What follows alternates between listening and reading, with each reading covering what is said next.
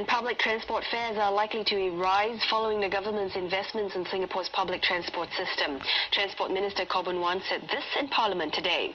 Part of the efforts is the announcement of a $344 million overhaul of the Bukit Panjang LRT to ensure that commuters will enjoy smoother rides from 2022.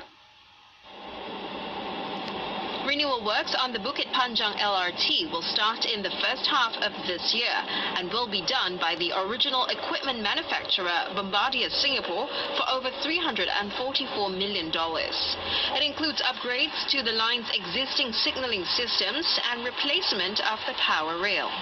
We will also try out a new service support arrangement whereby SMRT will engage Bombardier through a long-term maintenance contract for spares, for training, and for technical expertise. Bukit Panjang residents can look forward to a more reliable rides in due course. Mr. Koh added that early closure and late opening for the MRT network will continue till after June. He said the extended engineering hours have allowed the quick renewal of aging assets. The new signalling system on the north-south line has also stabilized, with the mean kilometer between failure of the network in the first 2 months of this year exceeding next year's target.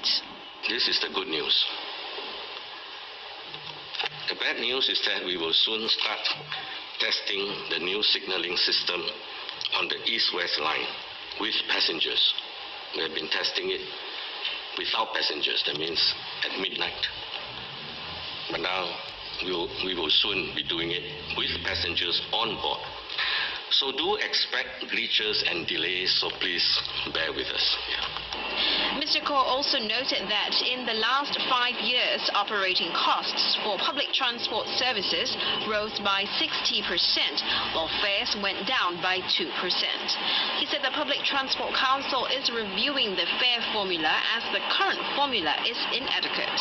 Over the next 5 years, we will provide subsidies of about $5 billion for public bus services and $4 billion to renew our rail operating assets.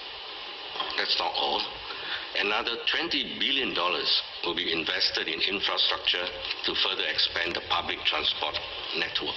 The Public Transport Council, PTC, is currently reviewing the fare formula, and I agree with Ms. Cheng Li Hui that the current formula is inadequate. It can be improved to better track total costs. I'm confident that PTC can work out a fair and sustainable arrangement.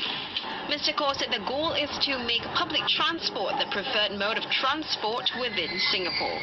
Our target is to have 75% of all peak hour journeys made on public transport by 2030, and we are on track to achieve this target. We are clear that for public transport to be the preferred mode, it must be extensive, affordable, reliable, and seamless.